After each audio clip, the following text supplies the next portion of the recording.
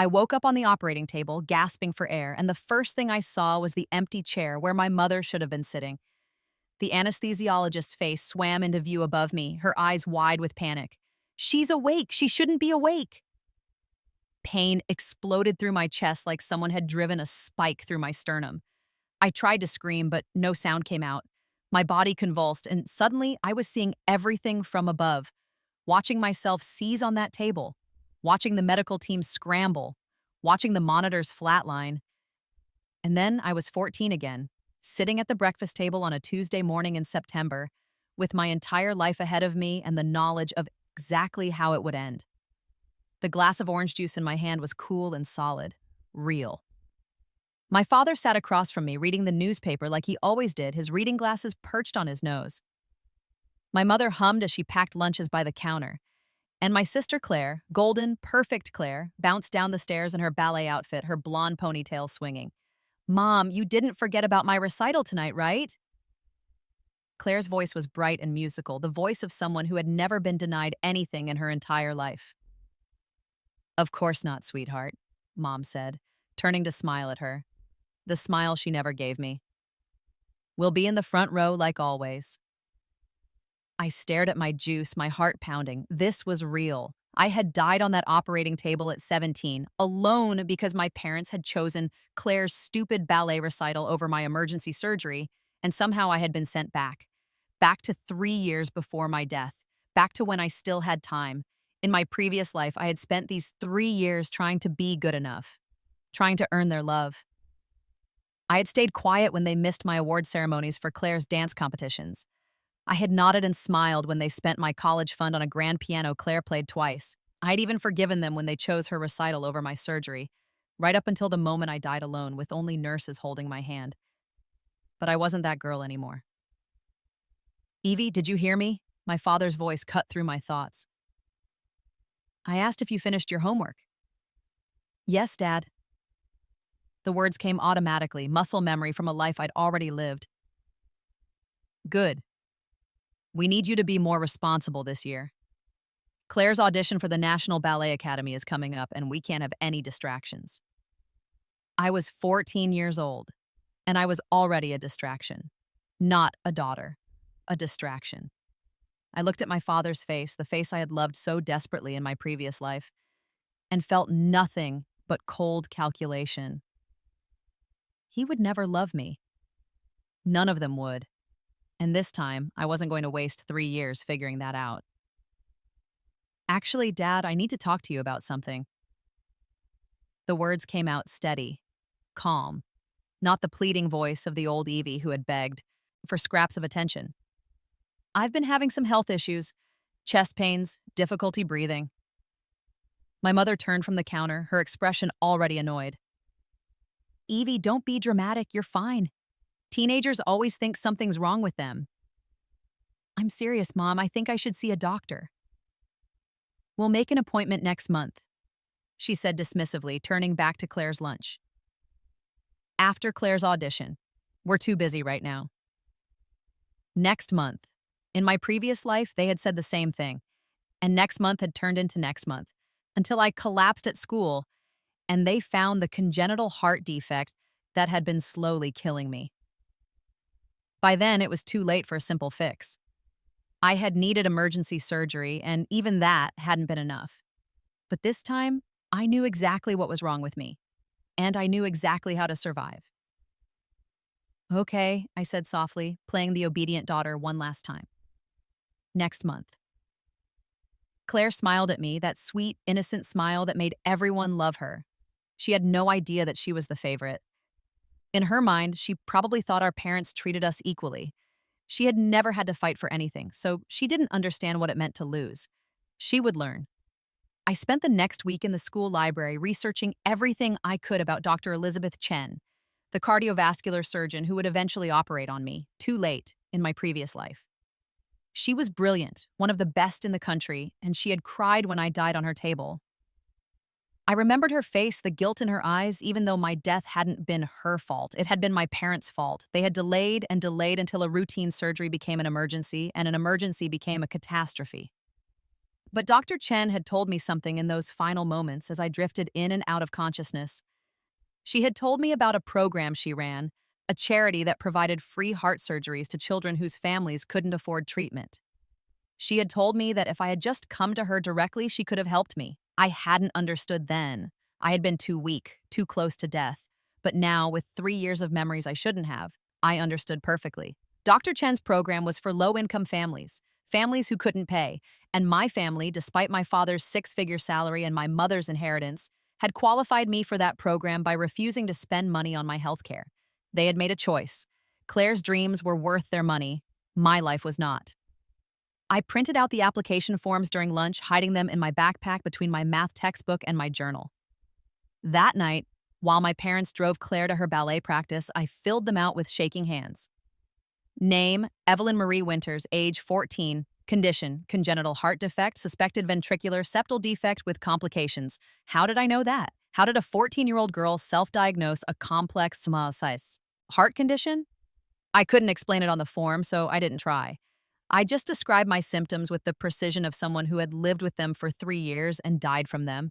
The chest pain that felt like drowning, the exhaustion that made every step feel like running a marathon, the blue tinge to my lips when I overexerted myself.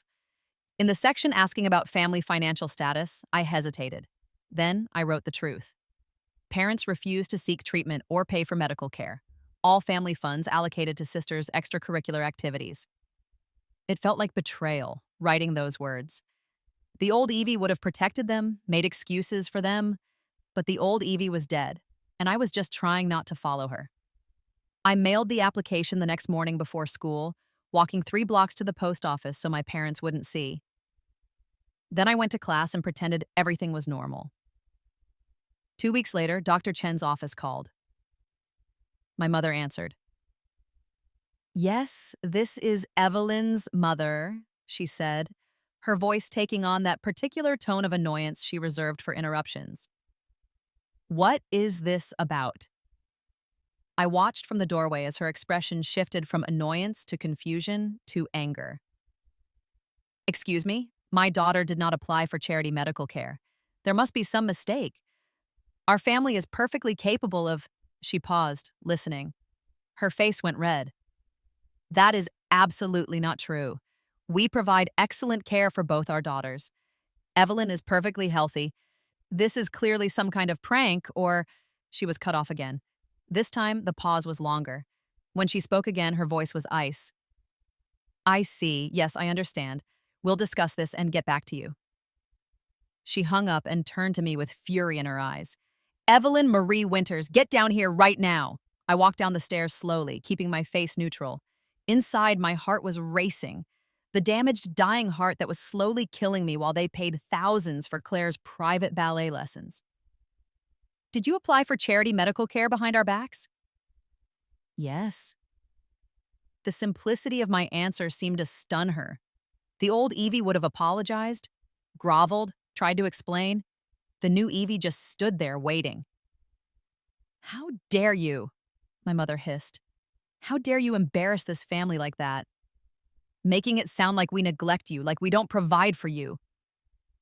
"You don't," my voice was calm. "I've been telling you for 2 weeks that I need to see a doctor. You said next month. You always say next month. Because you're fine. You're being dramatic, just like always, trying to take attention away from your sister. I'm dying." The words hung in the air between us. My mother stared at me, her mouth open. "I have a heart defect," I continued, my voice steady despite the trembling in my hands. "A hole in my heart. If I don't get surgery in the next year, I'll die. Dr. Chen can fix it now for free through her program, or you can keep ignoring it and spend my college fund on another grand piano for Claire." "That's enough," my father's voice came from behind me. I hadn't heard him come in. "Go to your room, Evelyn, now." I went, and as I climbed the stairs, I heard them arguing in furious whispers, my mother's voice shrill with indignation and my father's low and angry. They weren't worried about my heart. They were worried about what the neighbors would think if word got out that they'd let their daughter apply for charity care. 3 days later, Dr. Chen called again. This time, she asked to speak to me. "Evelyn, Her voice was warm, professional, the same voice I remembered from my deathbed. Your application has been approved. I'd like you to come in for a full cardiac workup next week. Can you do that? My parents? I've spoken with your parents, she said, and there was an edge to her voice now. They've agreed to the evaluation. After that, we'll discuss treatment options. I closed my eyes, relief flooding through me so intensely it made me dizzy. Thank you. Evelyn, she said softly. Sweetheart, your symptoms are serious. Why didn't you tell someone at school? A teacher? A counselor? Because I had, in my previous life. And they had called my parents, who had smiled and reassured them that they were handling it, that they would take care of it. And then they had yelled at me all the way home for causing a scene. I'm telling someone now, I said. The cardiac workup confirmed what I already knew. I had a ventricular septal defect with complications, a hole in the wall between the lower chambers of my heart. Blood was flowing the wrong way, forcing my heart to work harder and harder to pump oxygen through my body. Eventually, in 3 years, if everything went exactly as it had before, my heart would simply give out. But it didn't have to. The good news, Dr. Chen said, sitting across from me and my parents in her office, is that we caught this early. With surgery, Evelyn can expect to live a completely normal life. Without it, she paused, looking directly at my mother. Without treatment, the mortality rate for a defect this severe is nearly 100% within 5 years. My mother's face was pale. My father's jaw was clenched. And Claire, who had insisted on coming along because she wanted to support me, looked genuinely scared. How soon? My father asked, aside. I'd like to schedule the surgery for next month. Evelyn's young, she's relatively healthy otherwise, and her recovery should be straightforward. But we can't wait much longer. Next month? Claire's audition for the National Ballet Academy was next month. I watched my parents exchange a look, and I knew exactly what they were thinking. I had seen this moment before, just 3 years later. The same calculation in their eyes, weighing my life against Claire's dreams. In my previous life, they had chosen Claire. The audition was too important, too expensive to reschedule. They had postponed my surgery, promised we'd do it right after, just a few more weeks. Those weeks had turned into months. By the time I collapsed at school and they rushed me to the emergency room, the damage was catastrophic. Next month, my mother said slowly. That's when Claire's audition? I'm aware of the conflict, Dr. Chen said, and her voice had gone cold. I pulled Evelyn's application personally when I saw that you'd spent over $50,000 on dance training in the past year while ignoring your daughter's documented health complaints. The room went silent. Mrs. Winters, Dr. Chen continued, I want to be very clear. If you delay this surgery, you will be choosing your daughter's death. Not today, not tomorrow, but soon, and I will not operate when it becomes an emergency because you couldn't prioritize your child's life. This is my offer, once. Surgery next month. Through my program, at no cost to you. If you refuse, I'll be reporting this case to Child Protective Services. My mother's face went from pale to red. You can't threaten us. I'm not threatening you. I'm protecting my patient. Dr. Chen turned to me, her expression softening. Evelyn, do you want this surgery? Yes, I said. My voice didn't shake. Then we'll schedule it. Mr. and Ms. Winters, you'll receive the paperwork tomorrow. The surgery will be on November 15th. November 15th, the day of Claire's audition. We drove home in absolute silence. Claire was crying softly in the back seat. My parents stared straight ahead, their faces carved from stone. When we got home, my mother went straight to her room. My father poured himself a drink, and another, and another. And Claire followed me up to my room, tears streaming down her face. Evie, she whispered, I'm so sorry. I didn't know.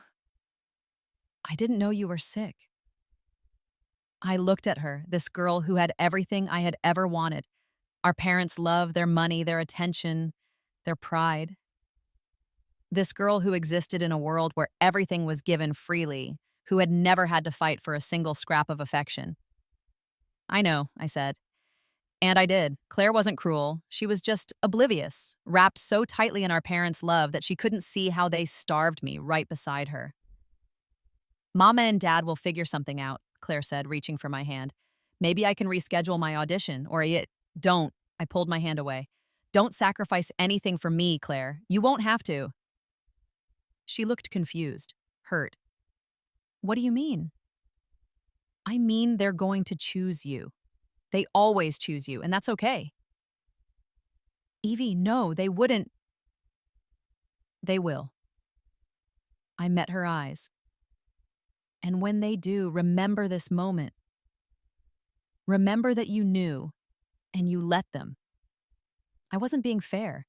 Claire was only 11, just a child. But I had died at 17, alone and unloved, and fairness had died with me. The next week crawled by. My parents didn't speak to me except when necessary. They didn't discuss the surgery, didn't ask how I was feeling, didn't acknowledge the ticking time bomb in my chest. They just moved through the house like ghosts, and I knew they were trying to find a way out. On Thursday evening, my father called a family meeting. We sat in the living room, the four of us, and the tension was thick enough to choke on. My father cleared his throat. We've thought about this carefully, he began, and we believe we found a solution that works for everyone. I waited. I already knew what was coming. Claire's audition is a once-in-a-lifetime opportunity. The National Ballet Academy only holds auditions once a year, and if she misses this one, she'll have to wait until she's 12. That's too old to start in their program. It's now or never. But Evie's surgery, Claire started, can be rescheduled, my mother cut in. Dr. Chen is being unreasonable. There are other excellent surgeons who can perform this operation. We've consulted with several, and they all agree that waiting a few more weeks won't make a significant difference. I felt something cold settle in my chest, where my broken heart struggled to beat. They had lied to me. Or maybe they hadn't asked at all. Either way, they had decided. So, my father continued, we'll postpone the surgery until after Claire's audition. Just a few weeks. Then we'll schedule it with a different doctor and everything will work out fine. No. They all turned to look at me. No, my father repeated. No, you won't reschedule my surgery. I'll have it on November 15th, like Dr. Chen scheduled. And you can go to Claire's audition, both of you. My mother's eyes narrowed. Evelyn, you're 14 years old. You don't get to make these decisions. Actually, I do. I signed the consent forms myself. Dr. Chen witnessed them. And she's already reported you to CPS. So if I die because you prevent me from having this surgery, you'll both go to jail. I was bluffing about the consent forms. I was too young to sign without parental permission. But I wasn't bluffing about the CPS report. Dr. Chen had made good on that threat. My father stood up, his face purple with rage. You ungrateful little... Michael! My mother grabbed his arm. She's bluffing. She has to be. Call Dr. Chen and find out. I stood up too, keeping my voice level. Ask her about the CPS report. Ask her about the court order she's prepared to seek if you try to prevent my surgery. Or don't ask and just go to Claire's audition. See what happens. The room was silent except for Claire's quiet sobbing. She had buried her face in her hands and her whole body was shaking. This isn't fair, my mother whispered. Why are you doing this to us? The laugh that escaped me was bitter and sharp. You're asking me why I'm doing this to you? I'm trying not to die, Mom. That's all I've ever been trying to do. But you've been too busy funding Claire's dreams to notice I was having nightmares. We love you both equally, my father said, but his voice was weak. No, you don't, and that's okay. I've accepted it, but don't lie to me now, Dad. Not when we both know the truth. I walked out of the living room and up to my room, my heart pounding so hard I could feel it in my throat.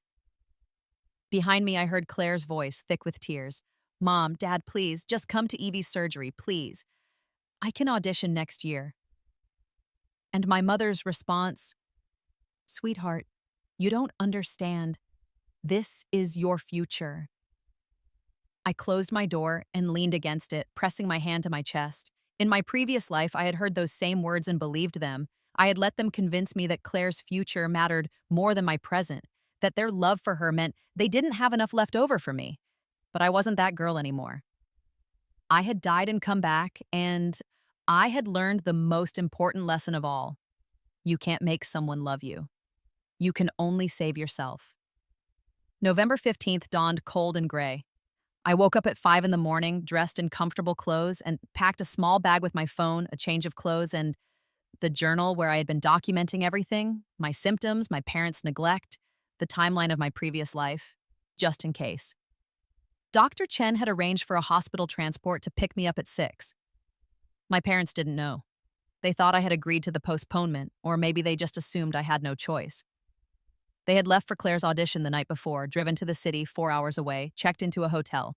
They would be at the academy by 8, ready to watch Claire dance for her future. I left a note on the kitchen table. Gone for surgery, don't wait up. The transport arrived right on time. The driver was a kind-faced woman named Susan who chatted about the weather and didn't ask why I was alone. When we got to the hospital, Dr. Chen was waiting. Evelyn. She pulled me into a hug, and I let myself sink into it for just a moment. Where are your parents? Claire's audition. I pulled back, meeting her eyes. They chose.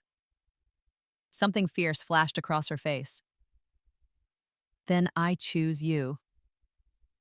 Come on, sweetheart. Let's fix your heart. The pre-op process was a blur of nurses and needles and paperwork. They asked me questions I had answered before in another life. Any allergies? Any previous surgeries? Next of kin? I gave them Dr. Chen's office number for the last one. She could be my next of kin. She was the only person who had chosen me. When they wheeled me into the operating room, I wasn't scared. I had died on a table like this before, alone and unloved. This time, I was choosing life. This time, I was fighting back. Count backward from 10, the anesthesiologist said. 10, 9, 8. The world went dark.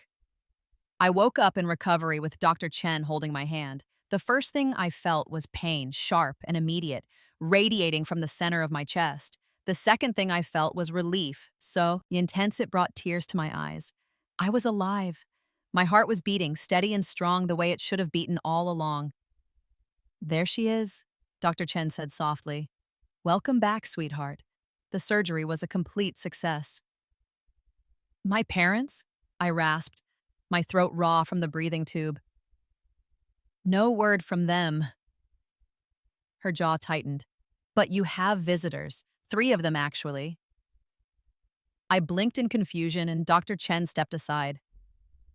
Behind her stood a woman I didn't recognize. Tall, elegant, with silver hair and eyes the same shade of green as mine.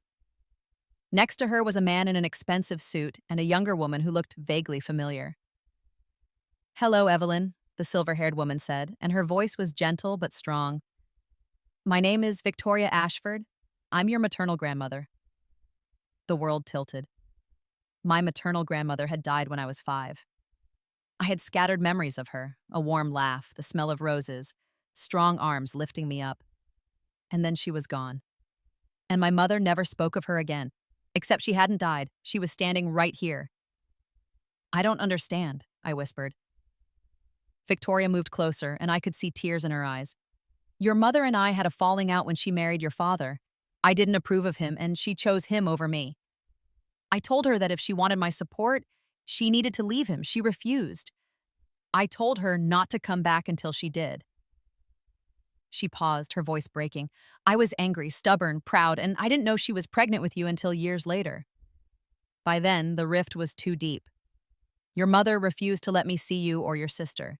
She said I had made my choice and she had made hers. How did you... I couldn't finish the question. Dr. Chen, Victoria said, glancing at the doctor with gratitude. When she saw your application, saw your mother's name, she looked into your family history. She found me. And she told me that my granddaughter was dying because her parents were neglecting her medical care in favor of her sister's ballet career. The man in the suit stepped forward. I'm James Chen, Dr. Chen's brother and attorney. Mrs. Ashford has filed for emergency custody of you, Evelyn.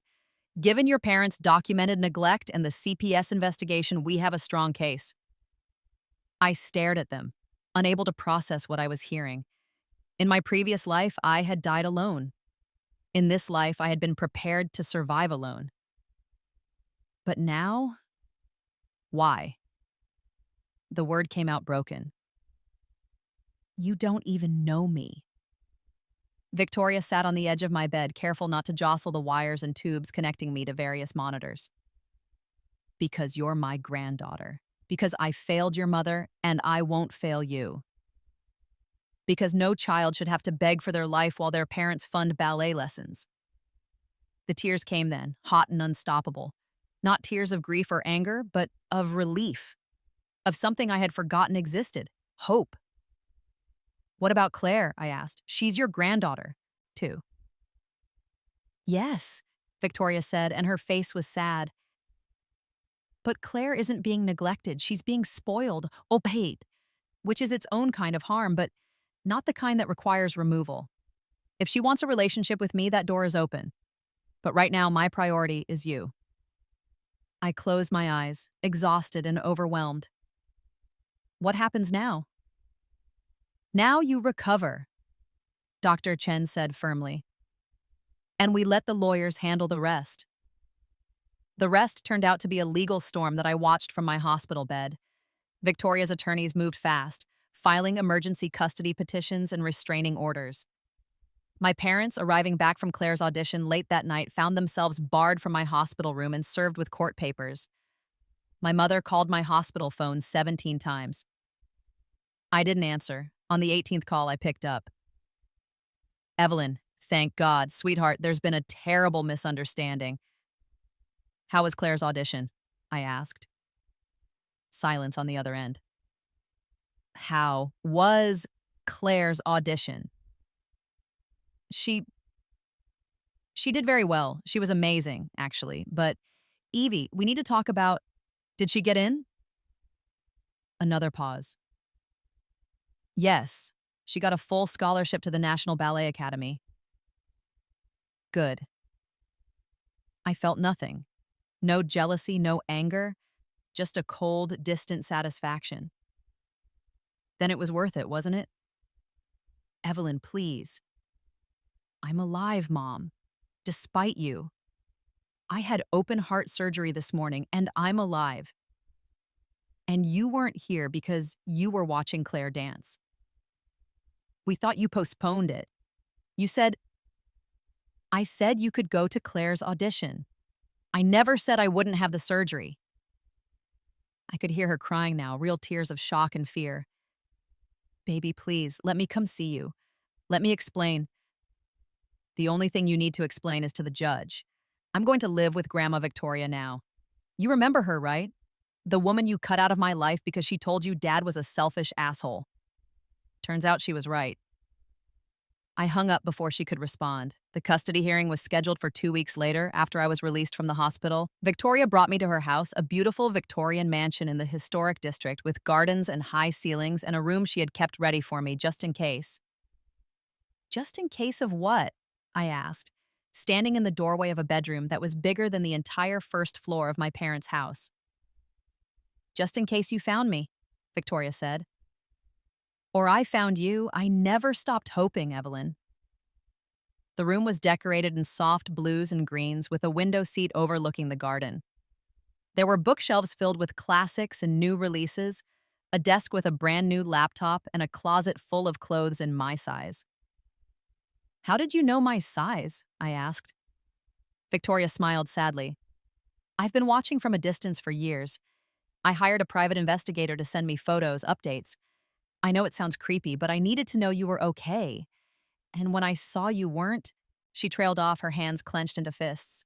I should have intervened sooner. I'm so sorry.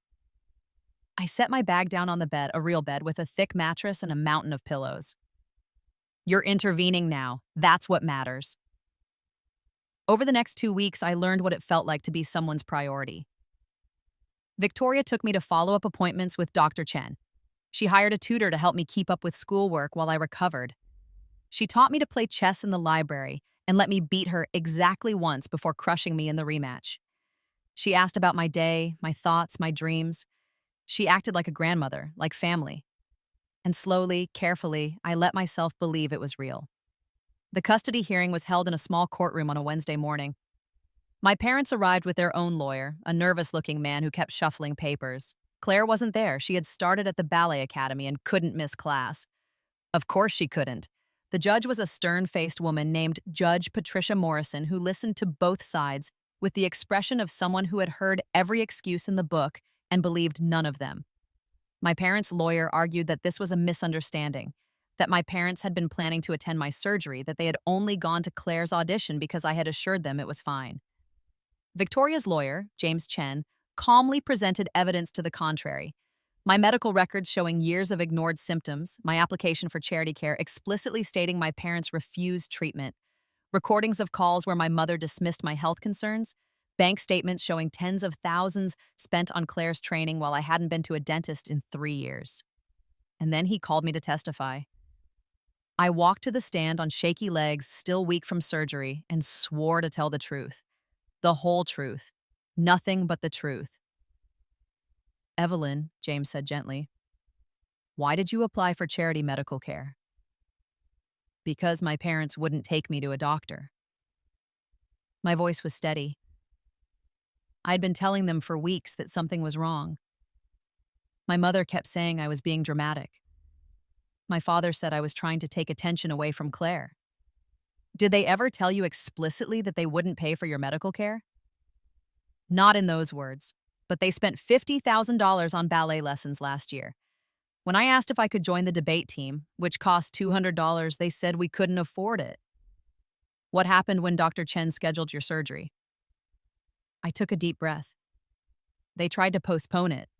They said Claire's audition was more important. They wanted to wait a few more weeks." "Did they say what would happen if the surgery was delayed?" "They said it would be fine. That other doctors had told them waiting wouldn't make a difference." James held up a document. "Your Honor, we've contacted every cardiac specialist in the state. None of them consulted with Mr. or Mrs. Winters. They lied to their daughter about her medical prognosis to justify attending a ballet audition." Judge Morrison's expression darkened. She turned to my parents. "Mr. and Mrs. Winters, did you or did you not accompany your daughter to her heart surgery?" My father stood, his face red. "Your Honor, we thought, yes or no?" "No." His voice was barely audible. "We went to our other daughter's audition." "And when did you become aware that the surgery was proceeding as scheduled?" "When we got served with custody papers at the hospital that night." The judge wrote something down, her pen scratching across paper like a death sentence. "And in the 8 hours between dropping your daughter off and the completion of her surgery, did you call to check on her?" Silence. "Did you call the hospital? Did you call the surgeon? Did you make any attempt to ensure your 14-year-old daughter survived open-heart surgery?" "We thought she had postponed it," my mother said, her voice breaking. "She said we could go to Claire's audition. We thought she understood." "Understood what, exactly? That her sister's dancing was more important than her life?" My mother crumpled into her seat, sobbing.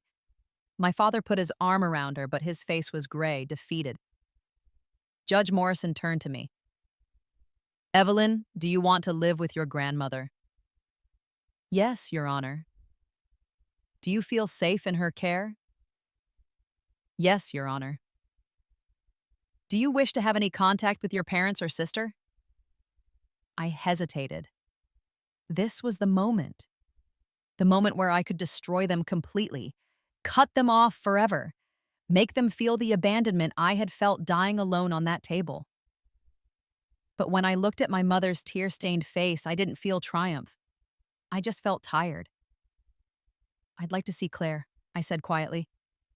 "If she wants to see me." "But my parents, not right now, maybe someday, but not now." Judge Morrison nodded. "Custody of Evelyn Marie Winters is awarded to Victoria Ashford, effective immediately. Mr. and Mrs. Winters, you will be permitted supervised visitation once per month, if Evelyn agrees. You will also be required to attend family counseling.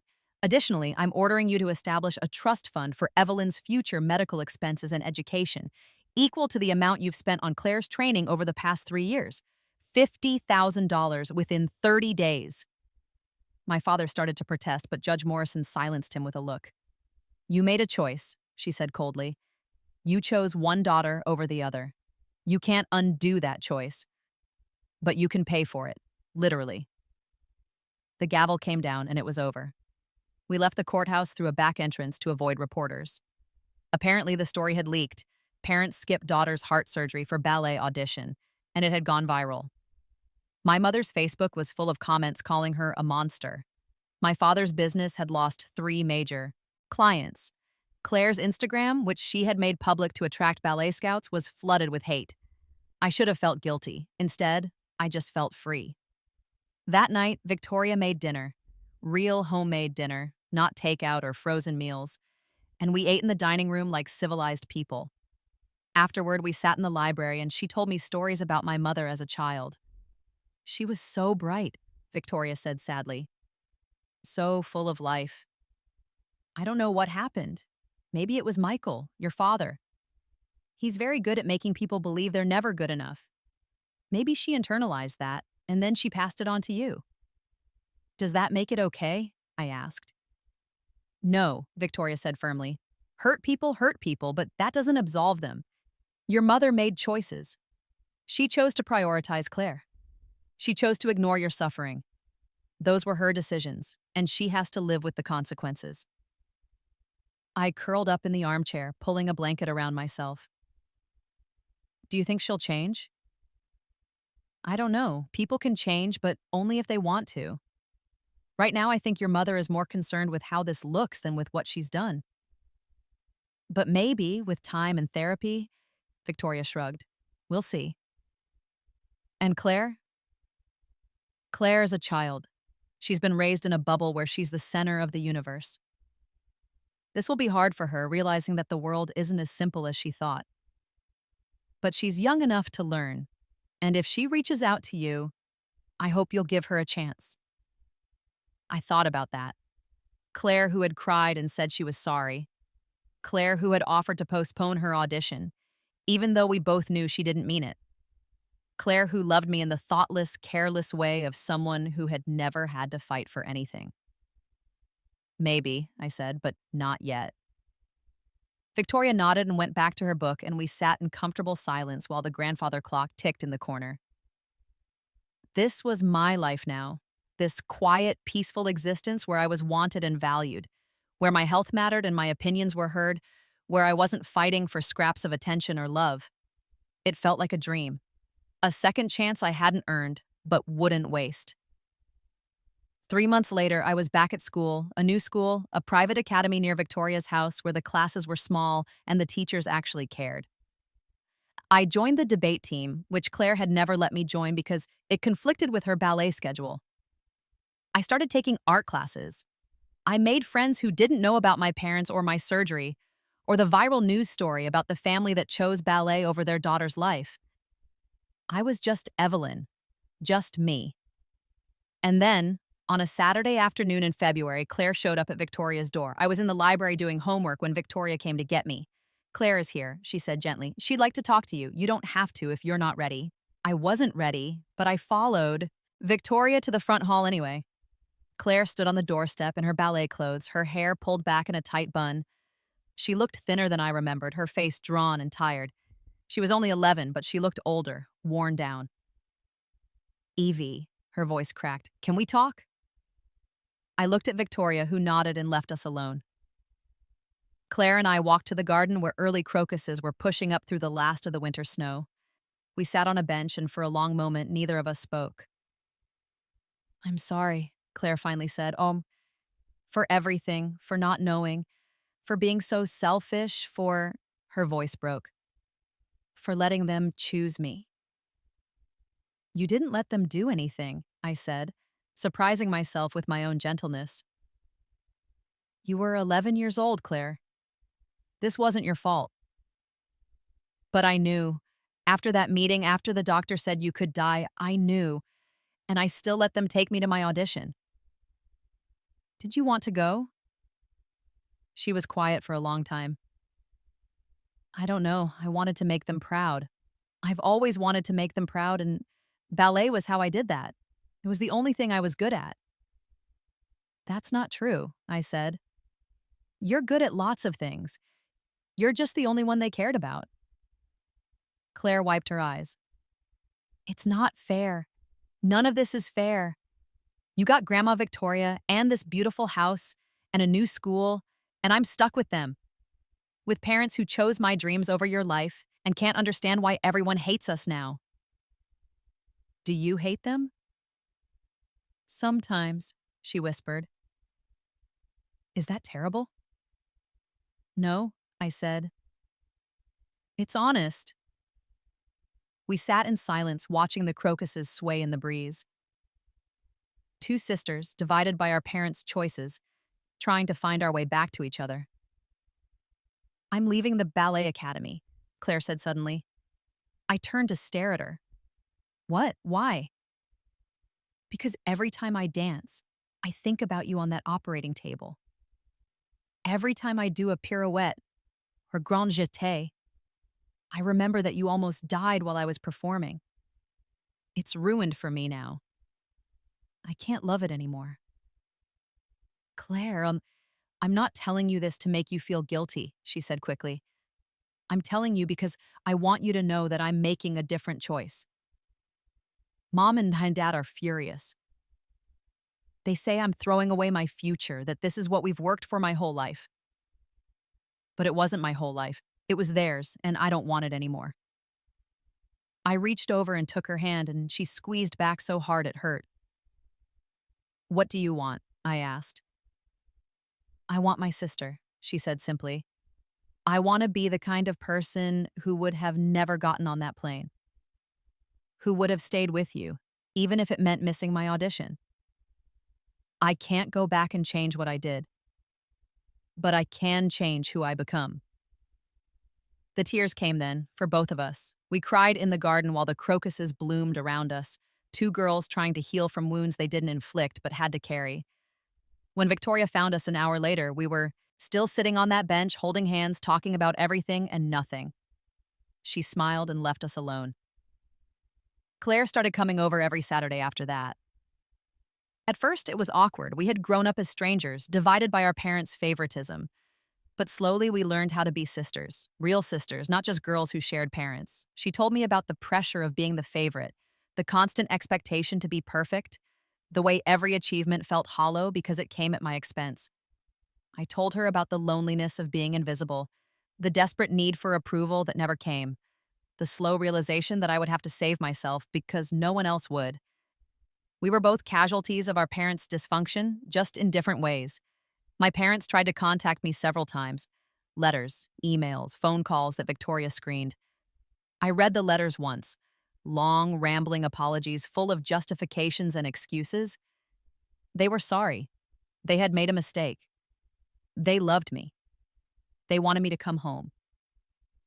But they never once acknowledged the fundamental truth. They had valued Claire's happiness over my life. Not accidentally, not in a moment of panic, but deliberately, over and over, for years. Sorry wasn't enough. It would never be enough. In May, the $50,000 trust fund was established in my name. My parents fought it, claimed they couldn't afford it, tried to get the amount reduced. Victoria's lawyers buried them in paperwork. In the end, the money was deposited, along with another $20,000 for punitive damages. I used $10,000 to establish a scholarship fund at my new school for students from low-income families.